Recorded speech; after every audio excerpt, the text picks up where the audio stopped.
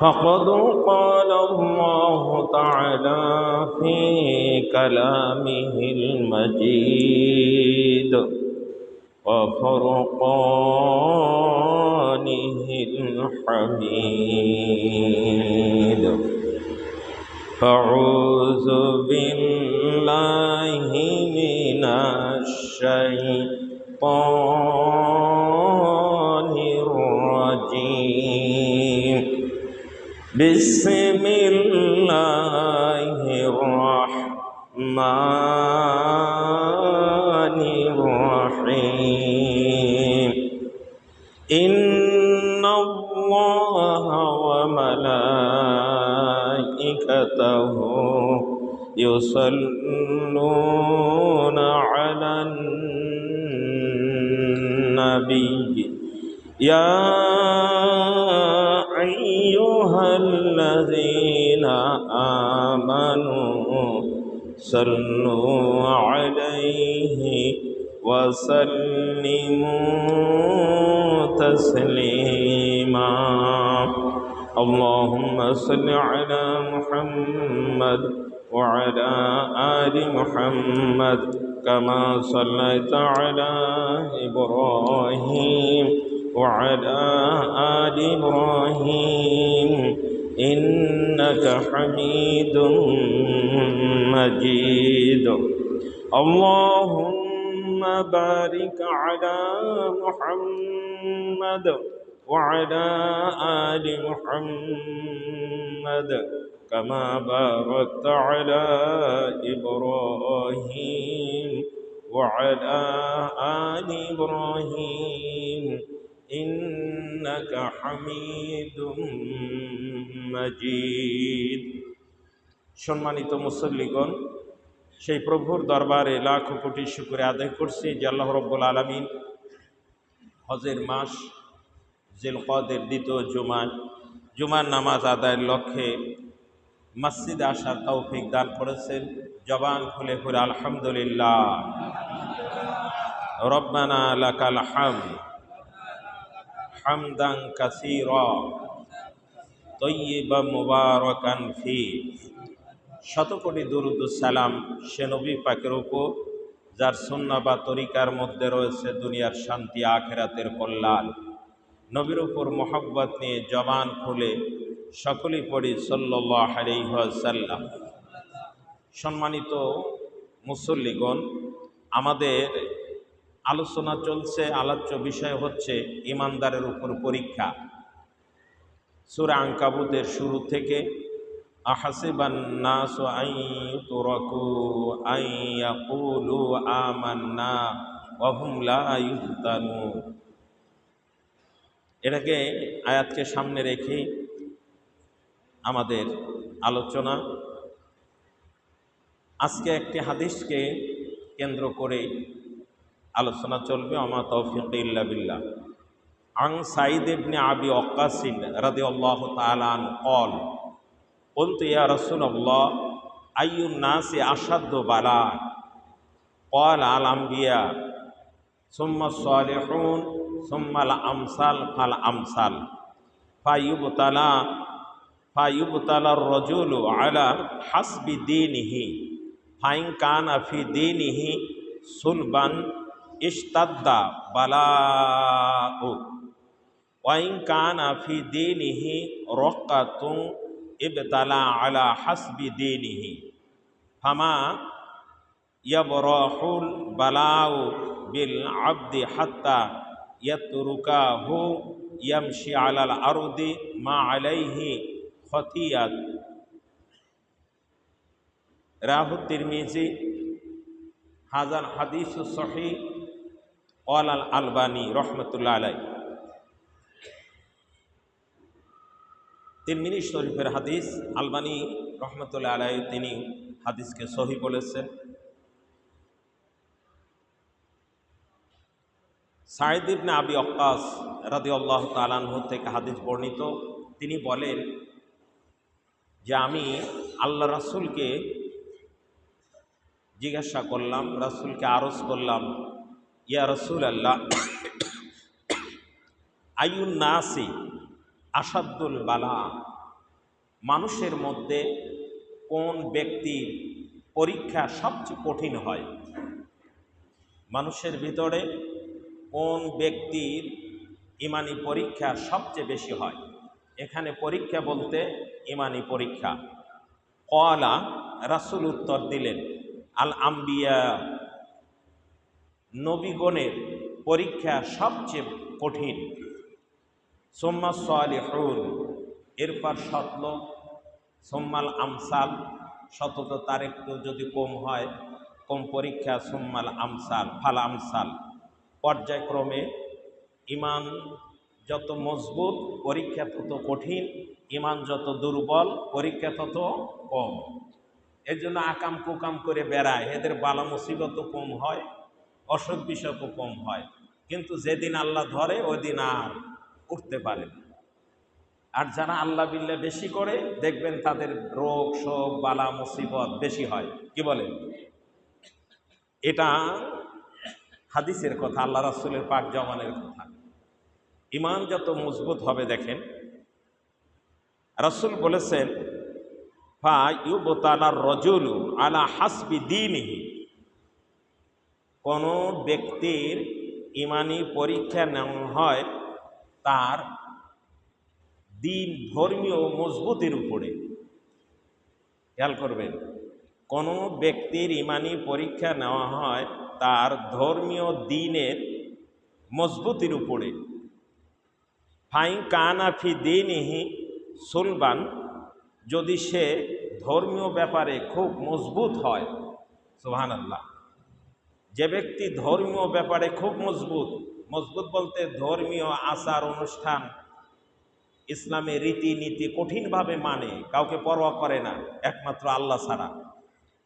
রাসূল বলছেন, ইশতাদ্দা বালাউহু, ইশতাদ্দা খুব কঠিন পরীক্ষা হয়, বালাউ তার পরীক্ষাটা খুব কঠিন হয়।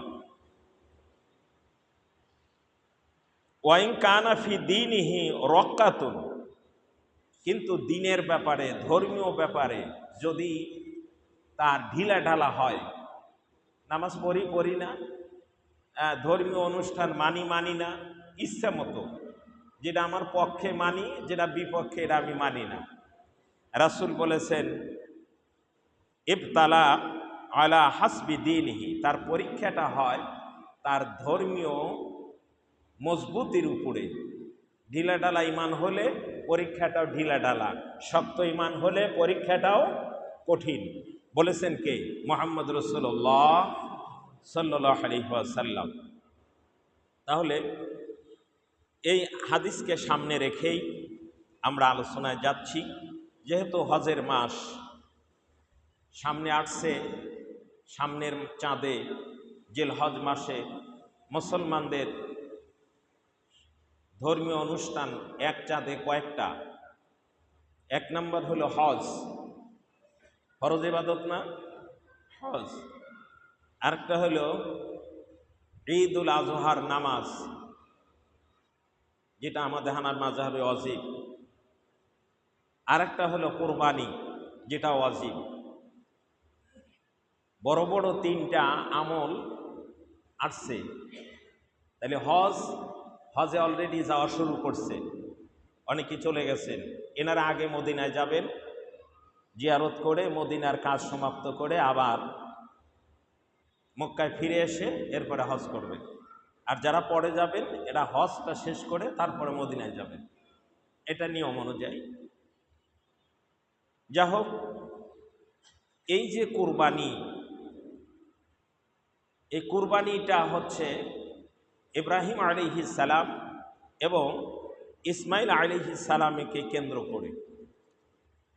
এই কোরবানিটা হচ্ছে ইব্রাহিম আলাইহিস সালাম এবং ইসমাইল আলাইহিস সালামকে কেন্দ্র করে। আমাদের মুসলিম জাতির পিতার নাম হচ্ছে ইব্রাহিম। আল্লাহ তাআলা কোরআনে বলেছেন, সূরা হজ এর ৭৮ নম্বর আয়াতের ভিতরে বলেছেন, মিল্লাতা আবিকুম ইব্রাহিম হুয়া সাম্মাকুমুল মুসলিমিন। মুসলিম জাতির পিতা ইব্রাহিম, সেই ইব্রাহিমের মিল্লাতের উপর তোমরা প্রতিষ্ঠিত থাকো। ইব্রাহিমের মিল্লাত মানে রীতিনীতি, রীতিনীতি, আচার অনুষ্ঠান। মিলে যারা চাকরি করেন, অফিসে যারা চাকরি করেন, প্রত্যেক সেক্টরের একটা রীতি আছে না, রীতিনীতি আছে না? ওইগুলো মেনেই চাকরি করতে হয়। যদি বিপরীত করেন আপনাকে রাখবে না, বের করে দেবে। তা আমি আপনি যে মুসলমান, আল্লাহকে যে আল্লাহ বলে মানি, যারা কোরআন হাদিস মানেন, আল্লাহকে আল্লাহ বলে মানেন, নবীকে মানেন, তাদের সাথে কথা। আর যারা নামে মুসলমান মুনাফেক, তাদের সাথে কথা নাই। খেয়াল করবেন, যারা কোরআন মানেন, কোরআন বিশ্বাস করেন, তাদের সাথেই কথা। আর এই কিছু আচার অনুষ্ঠান পালন করিয়া নামে ইসলাম, মুসলিম। ইসলাম ধর্ম আল্লাহর মনোনীত ধর্ম। কার কথা বলেন? পৃথিবীতে যত ধর্ম আছে সব ধর্ম বাতিল, একমাত্র আল্লাহর দিন হলো ইসলাম। ইন্নাদ দীনা ইনদাল্লাহিল ইসলাম। সূরা আল ইমরানের 19 নম্বর আয়াতে আল্লাহ বলেছেন, ইন্নাদ দীনা ইনদাল্লাহিল ইসলাম। নিশ্চয় দিন, ধর্ম, এখানে দিন বলতে ধর্মের দিনের বিভিন্ন ব্যাখ্যা হয়। তার একটা ব্যাখ্যা হলো জীবন পদ্ধতি।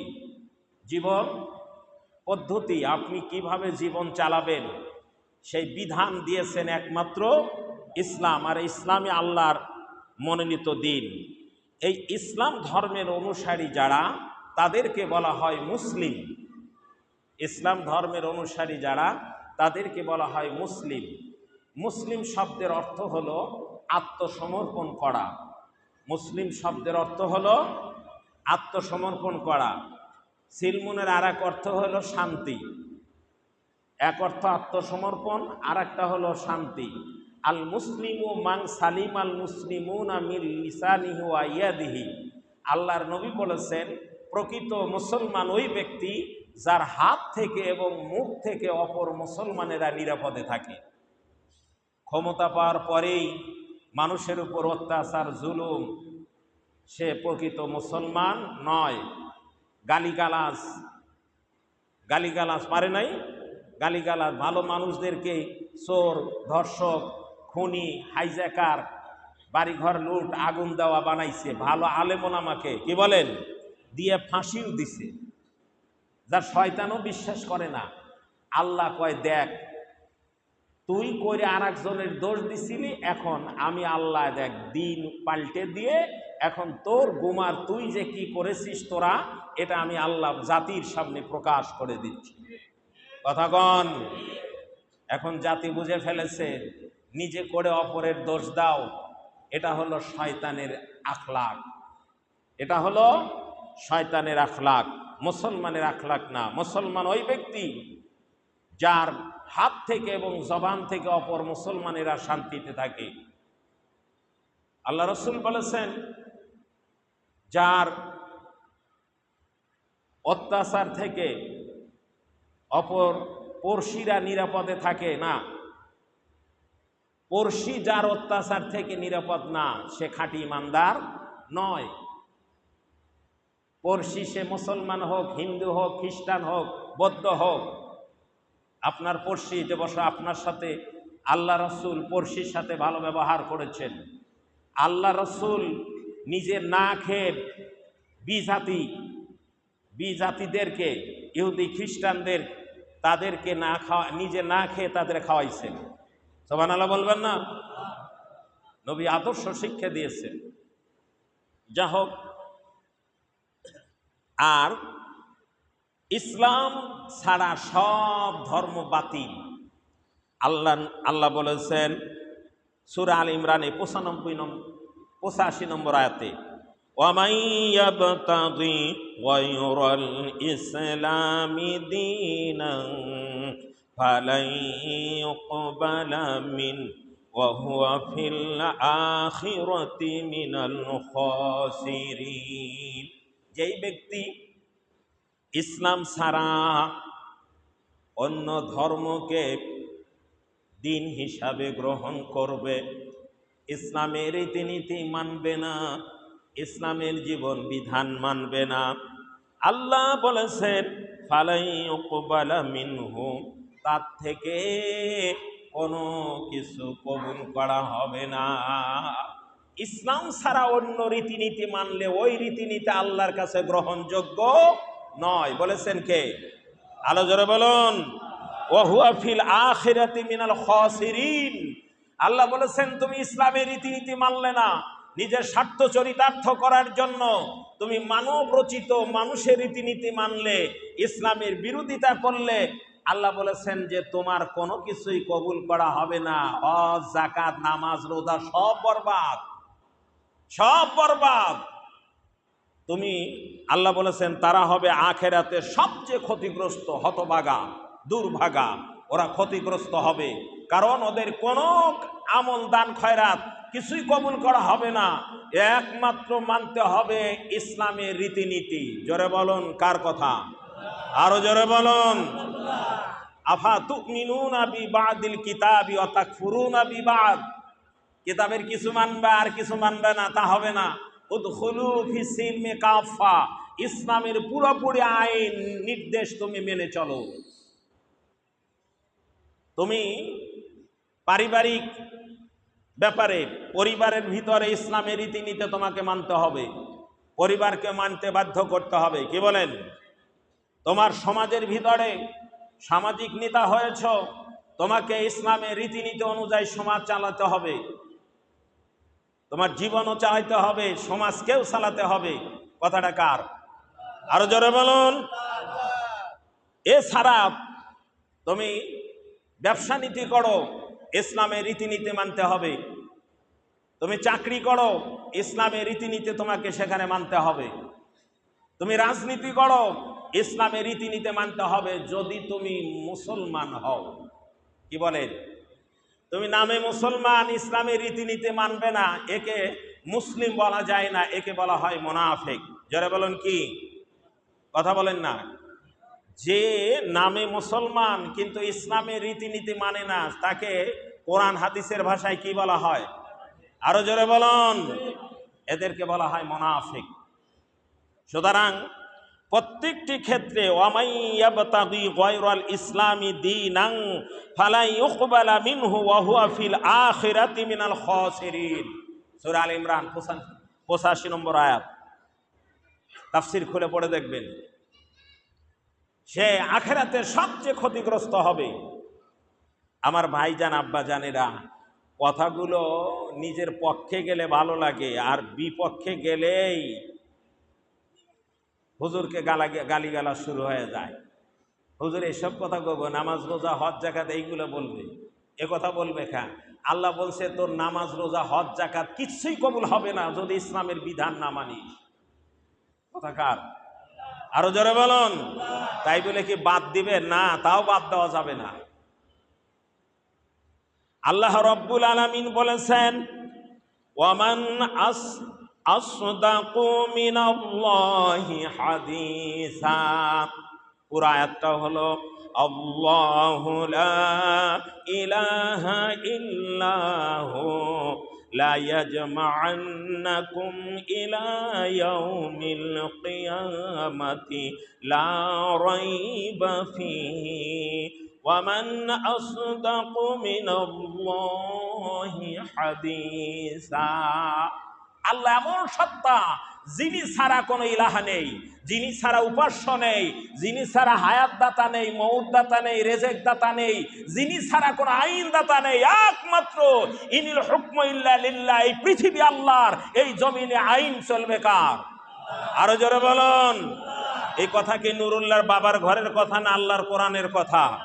ইনিল হুকমু ইল্লা লিল্লাহ। তুমি যদি মুসলমান হও, মুসলমানের বাচ্চা হও, ইমানদার হও, তোমার আইন মানতে হবে ইসলামী।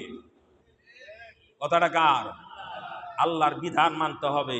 জমিন আল্লাহর, বিধান চলবে আল্লাহ। তো আল্লাহ বলতেছেন তুমি ইসলামের বিধান ছাড়া অন্যগুলো তোমার স্বার্থ চরিতার্থ করার জন্য তুমি অন্যগুলা মানো, তোমার কোনো কিছুই কবুল করা হবে না। আর এই কথাটা জেনে রাখো, ওয়ামান আসদাকু মিনাল্লাহি হাদিসা। আল্লাহর কথার উপরে আর কার কথা সত্য হতে পারে? আল্লাহু আকবার। বলে এই দুনিয়ার মানুষ জেনে নেই আমি আল্লাহ যেই কথাগুলো বলতেছি সবগুলোই সত্য, একটাও মিথ্যা বলা যাবে না, সন্দেহ করলে ঈমান থাকবে না। জোরে বলুন। এটা হচ্ছে সূরা নিসা 87 নম্বর আয়াত। সূরা নিসা 87 নম্বর আয়াতের শেষে আল্লাহ বলছেন আমান আসদাকু মিনাল্লাহি হাদিসা, আল্লাহর কথা ছাড়া আর কার কথা অধিক সত্য হবে, মানে আল্লাহর কথাই হচ্ছে সবচেয়ে সত্য। আসদাকু ইসমে তাফসিলের সিগা বলা হয়, সবচেয়ে সত্য, যার উপরে আর কোনো সত্য হয় না। কার কথা? আরো জোরে বলুন। এই কোরআনটা কার কথা? আরো জোরে বলুন। তাহলে আল্লাহ বললেন তোমার ইসলামের রীতিনীতি মানা ছাড়া তোমার কোনো ইবাদত আল্লাহর দরবারে কবুল, তোমার কোনো রীতিনীতি কবুল হবে না। আল্লাহ বলেছেন এই জমিন আমার, এই জমিনে বসবাস করতে হলে ইনিল হুকমু ইল্লা লিল্লাহ, হুকুম চলবে একমাত্র আমি আল্লাহর। কার? আল্লাহ ডাক দিয়ে বলেছেন ইয়া সূরা রহমান, আর রহমানের 33 নম্বর আয়াত, ইয়া মা'শারাল জিন্নি ওয়াল ইনসি ইন ইসতাতা'তুম আন তানফুযু মিন আকতারিস সামাওয়াতি ওয়াল আরদি ফানফুযু লা তানফুযুনা ইল্লা বিসুলতান ফাবিআইয়ি আলাই রব্বিকুমা তুকাযিবান। আল্লাহ ডাক দিয়ে বলেছেন এ মানব জাতি, জিন জাতি আর মানব জাতিরা, জিন গোষ্ঠী আর মানবেরা, তোমাদের যদি শক্তি থাকে, তোমাদের যদি শক্তি থাকে যে আমার এই রাজত্ব থেকে, আসমান জমিনের সীমানা থেকে তোমরা বের হয়ে যাও। আইন মানতে ভালো লাগে না, আমি আল্লাহর আইনের বিরোধিতা করো। শক্তি যদি তোমার থাকে, মনে করো আমি শক্তিশালী, আমার উপরে কোনো শক্তিধর নাই। বাংলার মানুষকে আল্লাহ দেখায় দিয়েছে তোমার শক্তির 5 পয়সার দাম নাই। কথা কন। আজ তুমি ক্ষমতায়, কাল হলো চাকর। আজ ক্ষমতায়, কাল তুমি পলাতক। আজ ক্ষমতায়, কাল তুমি আসামি। বাহাদুরি দেখায় না। লা তামশি ফিল আরদি মারহা। আল্লাহ বলেছেন এই জমিন আমার, এই জমিনে অহংকার করে গর্ব করে চলো না, এই জমিনের বাইরে যেতে পারবে না। যদি তুমি সক্ষম হও, তোমার ক্ষমতা থাকে, তাহলে আমার আসমান সমূহ জমিন থেকে বের হয়ে যাও, বের হয়ে যাও। এরপরে আল্লাহ বলেছেন ফাংফুজু, বের হয়ে যাও। তারপরে বলেছে লা তানফুজুনা ইল্লা বিসুলতান, তামাম ক্ষমতা দিয়েও আমি আল্লাহর সীমানা, জমিন আসমানের সীমানা থেকে বের হতে পারবে না। কারণ যেখানেই যাও সেখানে কার রাজত্ব? আরো জোরে বলুন। সেখানেই আল্লাহর রাজত্ব, পারবে না। সুতরাং আমার জমিনের মধ্যে এই কয়েকটা বছর একমাত্র আমি আল্লাহর বিধান তোমাকে মানতে হবে। কথাটা কার? সম্মানিত উপস্থিতি, যেটা বলতেছিলাম, পরীক্ষা ইমানদারের উপর, তার ইমানটা যত মজবুত, পরীক্ষা তত শক্ত, তত কঠিন। আসাদুন্নাসে বালাউল আম্বিয়া, আম্বিয়াদের ইমানি পরীক্ষা সবচাইতে বেশি হয়েছে একজন পয়গম্বরের কথা আলোচনা করে। মুসলিম জাতির পিতা ইব্রাহিম খলিলুল্লাহ ওয়া সাম্মাকুমুল মুসলিমিন, যিনি তোমাদেরকে মুসলমান হিসাবে নাম রেখেছে। যারা বলেন সুবহানাল্লাহ। আদম আলাইহিস সালাম আমাদের আদি পিতা, আর মুসলিম জাতির পিতা, মিল্লাত রীতিনীতির পিতা হচ্ছে ইব্রাহিম, আর জন্মদাতা পিতা হচ্ছে আমার আপনার জন্মদাতা বাপ। কি বলেন? আমাদের তো বাপের অভাব নাই, দয়াল বাবা, খাজা বাবা, কিবলা বাবা। হায় রে, বাপ বানায়, বাপের কাছে যা কি ভক্তি করে, মনে হয় এদের জন্মগত সমস্যা আছে। কথা বল। এই তোমার এক বাপের খবর নাই, তুমি দয়াল বাবা, কিবলা বাবা, মাজার বাবায় যাও, তোমার কি জন্মের সমস্যা আছে? ইমানদার হলে একমাত্র তোমার মাথা কপালটা নুয়ে যাবে আল্লাহর কাছে। 5 ওয়াক্ত নামাজে, 5 ওয়াক্ত নামাজ তুমি পড়ো, সৎ পথে চলো, মিথ্যা বলো না, অবৈধ কাজ করো না, তোমাকে আল্লাহর ওলি হিসেবে আল্লাহ কবুল করে নিবে। ওই রাত জেগে জেগে তাহাজ্জুদ জেগে রাজগার অত দরকার নাই, পারো মাঝে মাঝে একটু কোরআন তেলাওয়াত করো, তুমি আল্লাহর ওলি হয়ে যেতে পারবা। আর তুমি যতই তাহাজ্জুদ পড়ে পড়ে ওই দয়াল বাবা, কিবলা বাবা, মাজার বাবার কাছে যা মাথা ঠোকাও, তোমার সবগুলো বরবাদ। ওয়ামাইয়া তাগি গায়রাল ইসলামি দীনান ফালা ইউকবালা মিন, যে ব্যক্তি ইসলামের বিধান ছাড়া অন্য বিধান গ্রহণ করে, তার কোনো বিধানই আল্লাহর কাছে গ্রহণযোগ্য নয়। ওটা তো ইসলামের বিধান না, ওটা হলো শয়তানের বিধান। পীর বাবা, কিবলা বাবা, দয়াল বাবা, খাজা বাবা, এগুলোর ভক্তি করা, এগুলোর কাছে সিজদা করা, এটা আল্লাহর বিধান না শয়তানের বিধান? আরো জোরে বলুন। আমরা জীবন গেলেও ওই শয়তানের বিধানে যাব না ইনশাআল্লাহ। হাত উঁচু করে দেখা, ইনশাআল্লাহ। যারা এই কাজগুলো করে, শিরিকি করে, ওদের সালাম কালাম দেওয়া না জায়েজ। কথা কন, ওদের সালাম দেওয়া না জায়েজ, কারণ ওরা মুশরিক। মুসলিম জাতির পিতা ইব্রাহিম,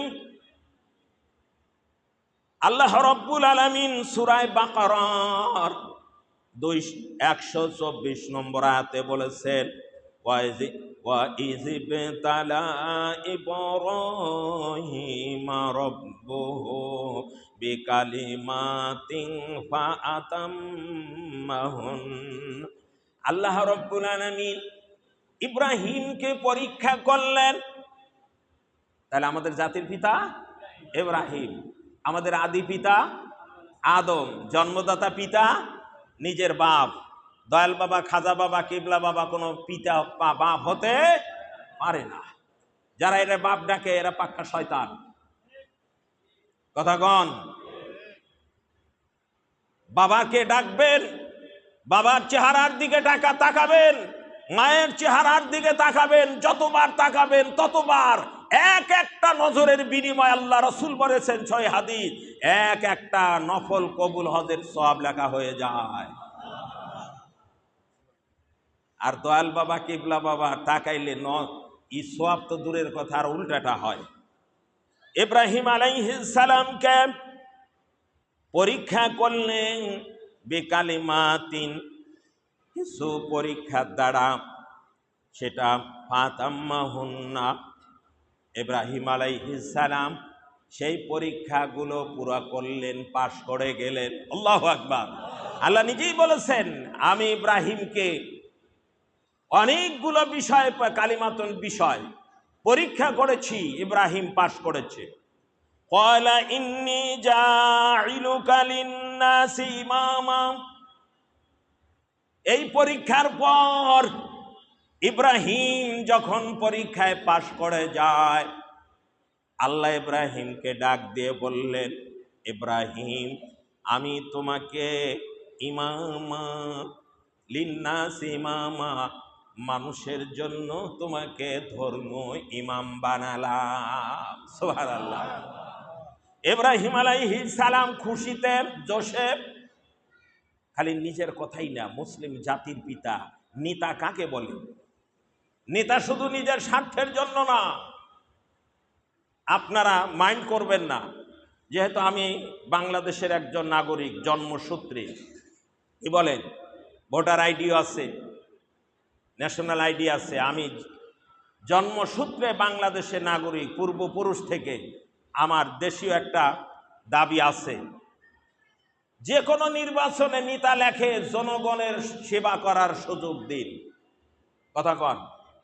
যে কোনো ধরনের নির্বাচনে গেলেই জনগণের সেবা করার সুযোগ দিন। আচ্ছা বলুন তো, কয়জন জনগণের সেবা করে না নিজের পেট সেবা করে? কথা কন। জনগণের সেবায় বেশি করে না পেট সেবা বেশি করে? আরো জোরে বলুন। তাহলে ওখানে লেখা উচিত, জনগণকে চুষে খাওয়ার সুযোগ দিন। মিথ্যা লেখেন কেন? আপনার স্বার্থের কাছে আপনি বিক্রি হয়ে যান। পরীক্ষায় পাশ করলেন, একটা নেতৃত্ব হলো আল্লাহর নিয়ামত, এটা আমানত, এটা হলো আমানত। সবাইকে আল্লাহ নেতা বানায় না। মুসলিম জাতির পিতা ইব্রাহিম আলাইহিস সালাম দোয়া করেছিলেন, জোশে বলেছিলেন, ক্বালা ওয়া মিন যুররিয়াতি, হে আল্লাহ তুমি আমাকে নেতা বানালে, কিন্তু পরবর্তীতে আমার সন্তান সন্ততিরা যারা আসবে তাদেরকে কি তুমি নেতা বানাবে না? আল্লাহ কৌশলে উত্তর দিলেন, ডাইরেক্ট বললেন না নাম হা আমি বানাবো, তা না বলে আল্লাহ বললেন, ক্বালা লা ইয়ানালু আহাদিয যালিমিন। সুবহানাল্লাহি বিহামদিহি, আল্লাহু আকবার। আল্লাহ কি কৌশলে উত্তর দিলেন? আল্লাহ উত্তর দিয়ে বললেন, ইব্রাহিম তোমার সন্তানদের মধ্যে যারা জালেম, এই জালেমেরাই নেতৃত্ব পাবে না। কোন নেতৃত্ব? ধর্মীয় নেতৃত্ব, সঠিক পথের নেতৃত্ব, ইসলামের নেতৃত্ব।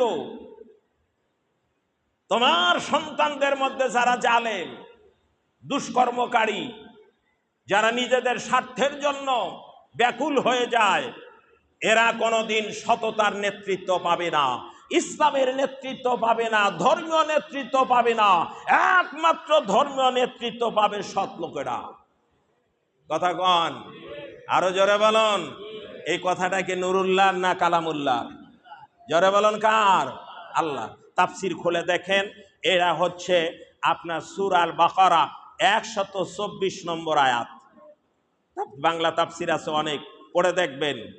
তাহলে মুসলিম জাতির পিতা ইব্রাহিম আলাইহিস সালাম, ইব্রাহিম আলাইহিস সালাম কে আল্লাহ তাআলা, ইব্রাহিম আলাইহিস সালাম আল্লাহর কাছে তার সন্তানদের নেতৃত্ব চাইলেন। আল্লাহ বললেন, নেতৃত্ব দেব তোমার সন্তানদের। এই নেতৃত্ব ধর্মীয় নেতৃত্ব, এই নেতৃত্ব ইজ্জতের নেতৃত্ব। এই নেতৃত্ব লাভের জন্য যদি গলায় ফাঁসিও নিয়ে যায়, হত্যাও করা হয়, শহীদ করা হয়, তবু তার ইজ্জত মানুষের কাছে কিয়ামত পর্যন্ত থাকবে। জোরে বলুন ঠিক কিনা? আর বাহাদুরি করে ক্ষমতায় কাটা যাও, তাকে মানুষ ঘৃণা করবে, তবু মারবে। কোরআন কত বাস্তব! আল্লাহু আকবার। জোরে বলুন না আল্লাহু আকবার। কোরআন কত বাস্তব! তাফসীরগুলো শুনুন। আল্লাহর খলিল ইব্রাহিমকে ছোট্টবেলা থেকেই আল্লাহ পরীক্ষা করেছেন। وَإِذِ ابْتَلَى إِبْرَاهِيمَ رَبُّهُ بِكَلِمَاتٍ فَأَتَمَّهُنَّ, কিছু বিষয়ের পরীক্ষা করলেন। এই পরীক্ষাটা, ওই যে হাদিস বলেছি, ঈমান যার যত মজবুত পরীক্ষা তার তত শক্ত। ঈমান যত মজবুত পরীক্ষা তত শক্ত। কি কথা হাহু বলেন? ঈমান যত মজবুত পরীক্ষা তত কঠিন। আসাদুন নাসি বালাউল আম্বিয়া। ঈমান যত মজবুত হবে, সততা ঈমান বলতে ওই নামাজ কালাম পড়লাম আর বড় নিজেকে ঈমানদার না। সততা যার যত বেশি, পরীক্ষা তার তত বেশি। মসজিদে আলহামদুলিল্লাহ, আমিন বাদশা ভাই, ভাবি অসুস্থ ছিলেন, নিয়ত করছিলেন 500 টাকা আল্লাহর ঘর মসজিদে, আল্লাহ দান কবুল করো। ভাবিটা খুব আমলদারি মহিলা, আল্লাহ তাকে নেক হায়াত দান করো, আল্লাহ তার হায়াত বাড়িয়ে দাও, আহাল পরিবার নেক হায়াত দাও। সকলে পরে আল্লাহুম্মা আমিন। জিকির করি লা ইলাহা ইল্লাল্লাহ,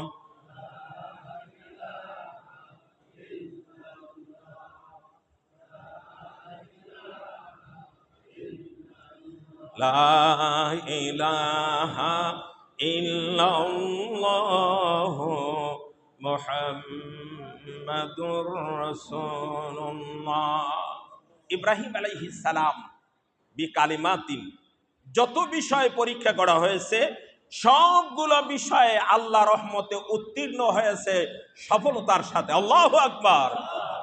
আল্লাহ রব্বুল আলামিন বলেছেন, এই পরীক্ষায় উত্তীর্ণ হতে পারলে আমাদের পুরস্কারটা কি, সেটাও আল্লাহ বলেছেন সূরা নিসা 4 নম্বর সূরা 5 পারা 125 নম্বর আয়াতে আল্লাহ বলেছেন, ওয়ামান আহসানু দীনাম মিম্মান আসলামা ওয়াজহাহু লিল্লাহি ওয়া হুয়া মুহসিনুন ওয়াত্তাবা'a মিল্লাতা ইব্রাহিমা হানিফা। আল্লাহু আকবার। আল্লাহ রাব্বুল আলামিন বলেছেন, ওই ব্যক্তির ধর্ম ছাড়া, ওই ব্যক্তির জীবন বিধান ছাড়া আর কার জীবন বিধান অধিক উত্তম হতে পারে? যেই ব্যক্তি তার জীবনকে আল্লাহর আনুগত্যের জন্য উৎসর্গ করে দেয়, তার জীবনকে আল্লাহর আনুগত্য মানে আল্লাহর বিধিনিষেধ মানার জন্য। মনে রাখবেন, আল্লাহর বিধিনিষেধ মানে কোরআনের বিধিনিষেধ। আল্লাহর বিধিনিষেধের জন্য নিজেকে উৎসর্গ করে দেয়, দুনিয়ার স্বার্থের পিছনে পড়ে না, জীবন গেলেও আল্লাহকে ছাড়ে না। আল্লাহ বলছেন তার জীবন বিধান ধর্ম ছাড়ার কার ধর্ম অধিক উত্তম হতে পারে? ওয়াহুয়া মুহসিনুন, সে সৎ লোক হয়। সুবহানাল্লাহ বলবেন না? আচ্ছা, এই নেতৃত্ব পাওয়ার পরে চুরি চামারি করে যারা খায়, এরা কি সৎ লোক না অসৎ? কথা বলুন। বৈধ তাদের অংশ যেটা, সেটা ভিন্ন কথা, কিন্তু চুরি চামারি করে যারা খায় এরা কোনোদিন সৎ লোক হতে? আল্লাহ বলছেন তোমার জীবন বিধান উত্তম হতে পারে না ওই ব্যক্তির চেয়ে যে ব্যক্তি নিজের জীবনকে উৎসর্গ করে দিল আল্লাহর আনুগত্যের কাছে, আল্লাহর বিধানের কাছে। সে হবে সৎ। ওয়াত্তাবা মিল্লাতে ইব্রাহিম হানিফা, একনিষ্ঠভাবে ইব্রাহিম আলাইহিস সালামের রীতিনীতিগুলো সে মেনে চলে। আল্লাহু আকবার। মুসলিম জাতির পিতা ইব্রাহিম আলাইহিস সালামের রীতিনীতিগুলো সে মেনে চলে। ওয়াত্তাখাযাল্লাহু ইব্রাহিমা খলিলা, ওই ইব্রাহিমের রীতিনীতি মেনে চলে, যে ইব্রাহিমকে আল্লাহ তাআলা খলিল বা বন্ধু বানিয়েছেন। আল্লাহু আকবার। ইব্রাহিমকে আল্লাহ তাআলা বন্ধু খলিল বানিয়েছেন, বন্ধু বানিয়েছেন। কেন? এই পরীক্ষাগুলোতে পাশ করেছে। এই আয়াত থেকে এটাই প্রতীয়মান। কারণ এই কোরআন কিয়ামত পর্যন্ত ইমানদারেরা, মুসলমানেরা সব ক্ষেত্রে পরীক্ষায় যারা পাশ করবে এরা আল্লাহর বন্ধু। কথা কন, জোরে বলুন। আর যারা পাশ করতে পারবে না, বিফল হয়ে যাবে, দুনিয়ার তালে তালে গা ভাষা চলবে, অবৈধ কামাই রুজি করবে, অবৈধ পথে চলবে, আল্লাহর বিধানের তোয়াক্কা করবে না, এরা আল্লাহর বন্ধু নয়। এরা কার বন্ধু? জোরে বলুন আপনারা, এরা কার বন্ধু? এরা শয়তানের বন্ধু। এটা কার কথা? কথা বলুন, আল্লাহর কথা। আমার ভাই আব্দুল মান্নান, কাপড় ব্যবসায়ী, তালতলি বাজার, 500 টাকা আল্লাহ দান কবুল করো। বাপ মা দাদা নানানের শ্বশুর সময় কবর জব মাফ করো। আল্লাহ ভাই ভাবি ছেলে মেয়ে হালপয় নাতিনাত করো, নেক হায়াত দান করো, ব্যবসাতে উন্নতি দিও, পড়ো না আমিন। আল্লাহ দিয়ে ধন বোঝে মন কেড়ে নিতে কতক্ষণ? দিবেন, দিবেন, যখনই সময় পাবেন কিছু না কিছু দিবেন। এই ব্যাংকটা হলো আপনার ফিক্সড ডিপোজিট আখেরাতের জন্য। কি বলেন? কথা বলেন না কেন? ফিক্সড ডিপোজিট দুনিয়ায় করেন, মরার পরে টাকা ভাগ করে নেবে, কিন্তু এই আখেরাতের জন্য এই ফিক্সড ডিপোজিট যে করে গেলেন এটা আখেরাতে পাবেন। শুধু এই মসজিদেই না, প্রত্যেক মসজিদেই, মাদ্রাসায়, ইতিমখানা, কবরস্থান, এগুলো হচ্ছে গরিব মিসকিন, এটা ফিক্সড ডিপোজিট, এটা পাবেন আপনি আখেরাতে। সুতরাং যখনই একটু দেওয়ার সামর্থ্য থাকবে আল্লাহর ঘরে দিবেন, কারণ আমি আপনি জানি না যে আমার আপনার এই সামর্থ্য কখন হারিয়ে যায়। কথা কন। এমনও দিন আসবে ইচ্ছা থাকলেও দিতে পারবো না। যা হোক, যেটা বলতেছিলাম, ইব্রাহিমকে আল্লাহ তাআলা এই পরীক্ষাগুলোয় পাশ করার কারণে বন্ধু বানিয়ে নিয়েছেন।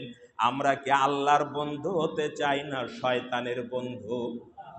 যারা বলুন, আল্লাহর বন্ধু হতে চাই। আল্লাহ তুমি কবুল করো, পড়ো না আমিন। নামাজ পড়িয়া না না পড়িয়া, মিথ্যা কথা কয়া না না কয়া, কয়া না, সবগুলোই করে। আরে সকল গুনার মা মিথ্যা কথা, মিথ্যুক আল্লাহর কাছে সবচেয়ে ঘৃণিত। মিথ্যা কও, আসিদকু ইউজি ওয়াল কিযবু ইহলিক। অন্যায় করে সত্য বললেও তুমি মুক্তি পাবা, আর যদি মিথ্যা বলো তোমার মুক্তি নাই। সত্য মুক্তি দেয়, মিথ্যা মানুষকে ধ্বংস করে। কথাগণ, সত্য এত মিথ্যা কইলা, হায় হায় রে, তারপরে কয় যে আমার দোষটা কি? আছে না এরকম? কয় আমার দোষটা কি? আহা, দোষ দেখো না, আল্লাহ মাফ করুক, দোষ এখন দেখাইতেছে, দেখো দোষটা কি। আল্লাহর বান্দাটা বেশি বাড়াবাড়ি ভালো না, এটা মনে করা ঠিক না যে আমার এই ক্ষমতাই চিরদিন থেকে যাবে। একমাত্র চিরস্থায়ী ক্ষমতা হলো আমার আল্লাহ। কথাগণ, আরো জোরে বলুন। আল্লাহ তাআলা তুতিল মুলকা মান তাশাউ ওয়া তানজিউল মুলকা মিম্মান তাশা। এই ক্ষমতার থেকে কিছু ক্ষমতা আল্লাহ মানুষকে কিছুদিনের জন্য দেন, আবার হুট করে কেড়ে নেন যদি বাড়াবাড়ি করে। কথাটা কার? সূরা আল ইমরানের শুরুর দিকে আছে, তুতিল মুলকা মান তাশাউ ওয়া তানজিউল মুলকা মিম্মান তাশা। যাকে ইচ্ছা ক্ষমতা দেন, আবার ইচ্ছা কেড়ে নেন। বিয়াদিকাল খায়র, হে আল্লাহ সকল কল্যাণ তোমার হাতে। কথাটা কে বলেছেন? তার আগে বলেছেন কুলিল্লাহুম্মা মালিকাল মুলক। নবী বলো, হে রাজার রাজা, বাদশার বাদশা। কে? চিরস্থায়ী ক্ষমতার অধিকারী কে? আল্লাহ। এজন্য ক্ষমতা পাওয়ার পরে সব সময় সন্ত্রস্ত থাকতে হয়, আল্লাহ কোন কাজে যিনি তুমি বেজার হও, কোন কাজে যিনি ক্ষমতাটা গাড় ধরে কেড়ে নিয়ে আরেকজনকে দাও, কোন সময় যেন তুমি বেজার হয়ে আমাকে বেজ্জতি করো। করে কিনা? বাংলার মানুষকে কি আর বুঝানোর দরকার আছে? বুঝে তো ফেলেছিনি, আরো বুঝবেন। আল্লাহর এক বান্দা মাসুম বাচ্চা দিয়ে 500 টাকা, আল্লাহ দেন কবুল করো, ময়মুর রুহের মাগফিরাত নসিব করো, সকলে বলেন আমিন। বাচ্চাটাই মাহাল পরিবার নেক হায়াত দান করো। ইব্রাহিম খলিলুল্লাহ দেখেন পরীক্ষা আসে তার জন্মের আগের থেকেই পরীক্ষা শুরু হয়ে যায়। মায়ের পেটে আসেই নেই পরীক্ষা শুরু হয়েছে। প্রশ্ন জাগতে পারে, এটা আবার কেমন কথা? মায়ের পেটে আসলোই না পরীক্ষা শুরু। আপনারা জানেন আল্লাহ রব্বুল আলামিন 3 অথবা 4 ব্যক্তিকে তামাম পৃথিবীর বাদশাহী দিয়েছিলেন। কয় ব্যক্তিকে? 3 অথবা 4। মুসলমান 2 জন, একজন হচ্ছে পয়গম্বর সুলাইমান, তিনিও রাজত্ব করতেন, রাজনীতি করতেন। তার বাবা দাউদ আলাইহিস সালামও রাজনীতি করতেন, রাষ্ট্র চালাতেন। হুজুররা রাজনীতির কথা করলে আপনার চুলকানি ওঠে। কোরআন হাদিস খুলে দেখেন, রাজনীতি ভরা। কি বলেন? নাদান ওই ব্যক্তি, কোরআন হাদিসের জ্ঞান নাই, কয়ে কোরআনে রাজনীতি নাই। নাউজুবিল্লাহ, হেবেটার ইমানই নাই। কথা কন না কেন? জোরে বলুন। যে নবীকে নবী মানো, সে নবী রাজনীতি করলো, যুদ্ধ করলো, অস্ত্র ধরলো, মার খেলো, দাঁত ভাঙলো, হেলমেট বিঁধলো। কি রাজনীতি করে নাকি ওই যে পিসাবের তসবিটি না? তাই না? কন তো, কথা কন। রাজনীতি করে না পিসাবের মতো তসবিটাই না? কথা বলেন, জোরে বলুন। নবী রাষ্ট্রনায়ক ছিলেন, খোলাফায়ে রাশেদা রাষ্ট্রনায়ক ছিলেন। সুতরাং যেটা বলতেছিলাম, ইব্রাহিম আলাইহিস সালাম মুসলিম জাহানের একজনই হলো সুলাইমান আলাইহিস সালাম, তামাম পৃথিবীর বাদশা ছিলেন। সূরা নমলে ঘটনা আছে। 2 নম্বর মুসলিম হচ্ছে জুলকারনাইন, সেটা সূরা কাহাফে ঘটনা আছে। জুলকারনাইনকে আল্লাহ তাআলা তামাম পৃথিবীর বাদশাহী দিয়েছিলেন। পৃথিবীর পূর্ব পশ্চিম উত্তর দক্ষিণ তামাম পৃথিবীর বাদশাহী দিয়েছিলেন। এই 2 জন মুসলমান। আর 2 জন হচ্ছে কাফির, একজন হচ্ছে নমরুদ, তামাম পৃথিবীর বাদশা ছিলেন।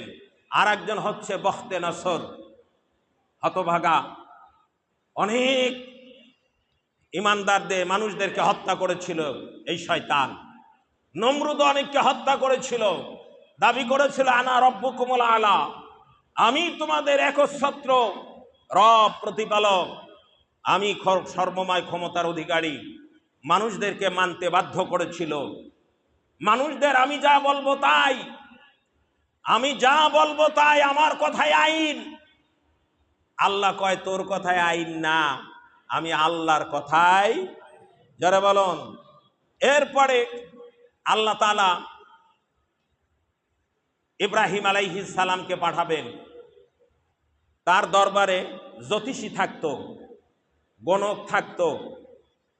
জ্যোতিষী আর গণক এরা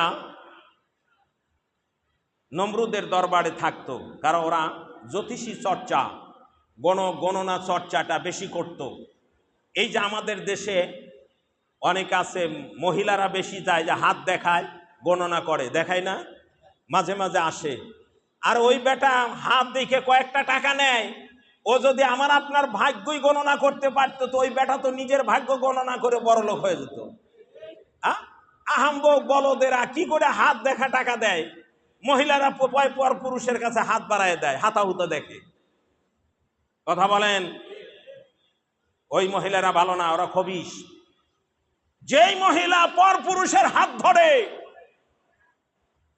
সে পল্লীর মেয়েই হোক আর শহরের মেয়েই হোক, সে একজন সাধারণ মানুষই হোক, প্রজাই হোক আর রাজাই হোক, পর নারী যারা পর পুরুষের হাত ধরে, ও যদি মুসলমানের বাচ্চা হয়, ওর চরিত্র ভালো না। কথা কন, কথা বলেন, কথা বলেন।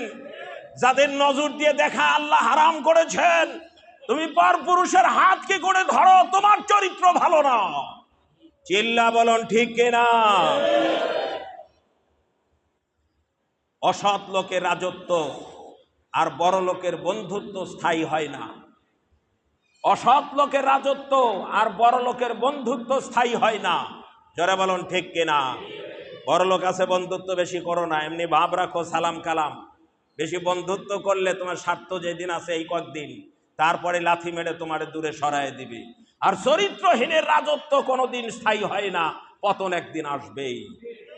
কথাগণ, আমরা বাংলাদেশে খবর ইউটিউব দেখলেই, ফেসবুক দেখলেই কত রকমের খবর দেখা যায়। কি কাণ্ডু কারখানা করছো তোমরা আড়ালে, আর দোষ দিছো ভালো লোকের উপরে। কথা কন না কেন? সব দেখা যায়। ইব্রাহিম খলিলুল্লাহ আল্লাহ পাঠাবেন। জ্যোতিষীরা হঠাৎ করে নমরুদকে খবর দিল, বাদশা, আপনার রাজত্বের ভিতরে ওই যে ভালো মন্দ গণক জ্যোতিষী এরা গণনা করে, তারকা দেখে গণনা করে। নমরুদ স্বপ্ন দেখল, আকাশে একটা তারকা উদিত হয়েছে। এই তারকাটা সকল তারকার আলোকে নিভে দিছে, এমনকি পূর্ণিমার চাঁদের আলোকেই তারকা নিভিয়ে দিয়েছে। আল্লাহু আকবার। নমরুদের চিন্তা হয়ে যায়, শয়তান হলে তো বুদ্ধি রাখে, কি বলেন? শয়তান হলে তো বুদ্ধি রাখে, শয়তানি বুদ্ধি আছে। নমরুদ অস্থির হয়ে যায়। সকালবেলা জ্যোতিষী গণকদেরকে আহ্বান করে, দেশের সেরা সেরা জ্যোতিষী গণকদেরকে আহ্বান করে ডাক দিয়ে বলে, তোমরা গণনা করে দেখো, আজকে রাত্রিতে আমি এই স্বপ্ন দেখেছি। স্বপ্ন দেখে আমার ভয় জেগে গেছে। কারণ হলো চোরের মন। কথা কন, চোরের মন এখন র্যাব, এখন র্যাবও ছাড়িয়ে গেছে, এখন আর্মি নামা দিছে না। চোররা এমন বাটপার, এখন পুলিশকেও মানে না, র্যাবকেও মানে না, এখন আর্মিকে একটু মানে, কারণ পাশার পার বসায়। কথা বলেন না কেন? ওরা বড় শেয়ানা। আমার ভাইজান আব্বাজানেরা, নমরুদ অস্থির হয়ে যায়। জ্যোতিষীরা বলে, 1 সপ্তাহ সময় দেন, আমরা গণনা করে দেখতেছি। জ্যোতিষী গণকেরা, দেশের সেরা জ্যোতিষী গণকেরা গণনা করে, রাজদরবারে পোলাও কোরমা খায়, মাংস খায়। শাহবাগে শয়তানদেরকে, হক লোককে ফাঁসি দেওয়ার জন্য পোলা কোরমা খাওয়াইছে, আবার যুবকদেরকে নারী সাপ্লাই দিছে। কথাগণ, দিয়ে কি করলা? সব লোকদের বিদায় করে দিলা, কিন্তু তোমাদের ইজ্জত আল্লাহ রাখলো না। জোরে বলুন না, আরো জোরে বলুন। আমার আল্লাহর ক্ষমতা আছে কিনা? ইনিল হুকমু ইল্লা লিল্লাহ, এই জমিন আল্লাহ, রাজত্ব চলবে আল্লাহ। তোমাকে তো সাময়িকের জন্য দিছে, বাহাদুরি করো না, ওলা কর্মা খেয়ে এক সপ্তাহ রাজকীয় খাবার খায়া দয়া গণনা করছে, রাত দিন 24 ঘন্টা গণনা করে বলতেছে, প্রধান গণক এসে বলতেছে, বাদশা নামদার সর্বনাশ হয়ে গেছে। কি সর্বনাশ? এই আপনার রাজত্বে এই শহরের বাবেল শহরের ভিতর থেকে এমন একটা সন্তান তার মায়ের পেটে যাবে অমুক চাঁদের অমুক তারিখে। ওরা চাঁদ দিয়ে গণনা করত। অমুক চাঁদের অমুক তারিখে এমন একটা সন্তান মায়ের গর্ভে চলে যাবে। এই সন্তানটার দ্বারা আপনার ধর্ম বিলীন হয়ে যাবে, আপনার রাজত্ব চলে যাবে, এমনকি আপনার জীবনটাও চলে যাবে। যায় নাই? আপনার ধর্ম যাবে, রাজত্ব যাবে, জীবনটাই যাবে। নমরুদ কয় যে এই ব্যাপার, ও বুদ্ধি আমার কাছে আছে। দেখেন, ও আল্লাহর সাথে বুদ্ধি খাটাইতে গেছে। কয় বুদ্ধি আছে, 41 সাল পর্যন্ত থাকার বুদ্ধি আমাদের আছে বলছিল না? কথা কন না কেন? এই জোরে বলুন, বলেছিল কিনা? আমার কথা হলো আপনি ক্ষমতায় যান, সেটা আমি ওই দিকে বলতেছি না, কিন্তু আল্লাহর উপরে একটু তাওয়াক্কুল করে। ক্ষমতা তো আমার আপনার হাতে না, কার হাতে? আরো জোরে বলুন, আল্লাহর হাতে। আমার ভাইজান আব্বা জানেরা, নমরুদ বলতেছে, এ আমার সৈনিকেরা একটা কাজ করো। জ্যোতিষীদের বলল তারিখ লিখে দাও, তারিখ লিখে দিল। অমুক তারিখের অমুক মাসের 1 তারিখে, বলে তার 1 সপ্তাহ আগে আর 1 সপ্তাহ পর পর্যন্ত, বা কোনো বর্ণনায় 1 মাস আগের থেকে আমরা পুরুষেরা, বলে বাবেল শহর থেকেই তো আসবে, বলে হ্যাঁ, বলে 1 মাস আগের থেকে এই বাবেল শহরে আমিও থাকবো না, আমার কোনো প্রজা পুরুষেরা থাকবে না, শুধু নারীরা থাকবে। আর 1 মাস ডেট ওভার হয়ে গেলে 1 মাস পরে আমরা আসব। তাহলে মায়ের পেটে যাওয়ারও আর সম্ভাবনা থাকবে না।